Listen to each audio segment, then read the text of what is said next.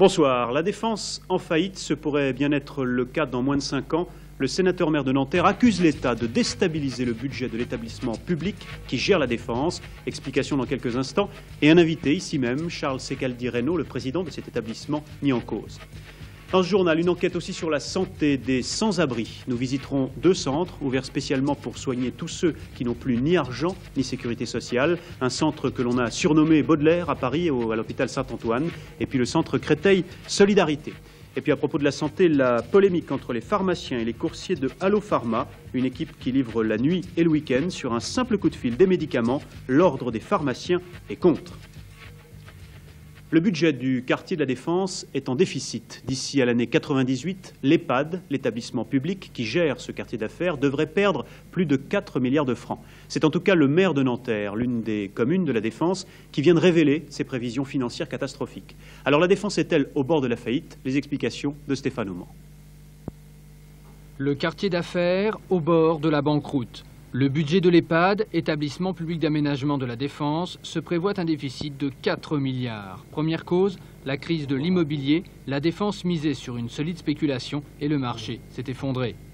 Il y a aussi effectivement une responsabilité de l'État, car l'État a prélevé plus de 2 milliards ces dernières années. D'ailleurs, nous avions, pour ce qui me concerne, j'avais été contre. On nous dit que s'il n'y a plus d'argent, éventuellement, on ne couvrirait pas complètement l'échangeur à 14 à 86. Ce n'est pas tolérable pour la population de la ville. Déjà, ces autoroutes nous sont imposées.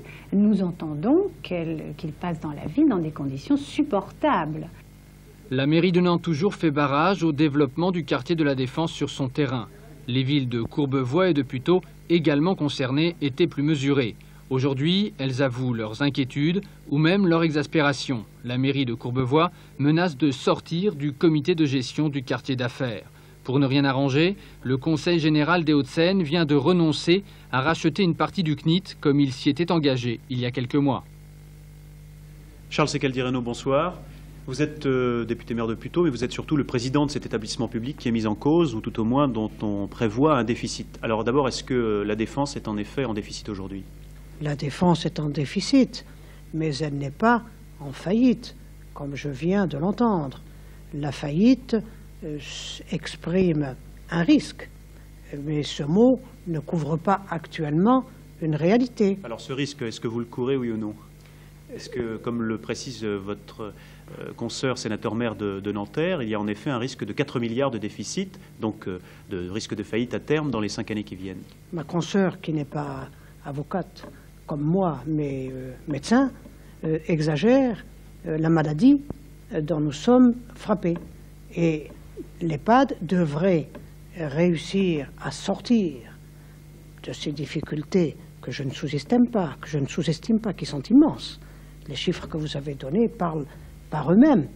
Aussitôt que nous commencerons à sortir de la crise de l'immobilier. Alors précisément, quelles sont ces difficultés exactement? Le déficit, c'est une chose, mais qu'est-ce qu'il explique? Alors ces difficultés, ce qui explique nos difficultés du moment, c'est d'une part les prélèvements que l'État a effectués sur la caisse de l'EHPAD pour 2 milliards de francs, et ces 2 milliards de francs supplémentaires, s'ajoutant aux 2 que je viens de citer, donc ça fait 4, que l'EHPAD a donné pour que une partie de l'Arche, pour la construction d'une partie de l'Arche et pour donner le terrain à l'établissement, à la société, je crois, d'État qui a réalisé cette arche qui est magnifique. Et que ce serait donc bien, si je vous entends bien... Il ne faut pas regretter la construction, bien entendu. Oui, mais ce serait donc bien, comme le disait le maire de Nanterre, la présence par exemple des ministères, comme le ministère du Transport dans l'Arche, logé gratuitement,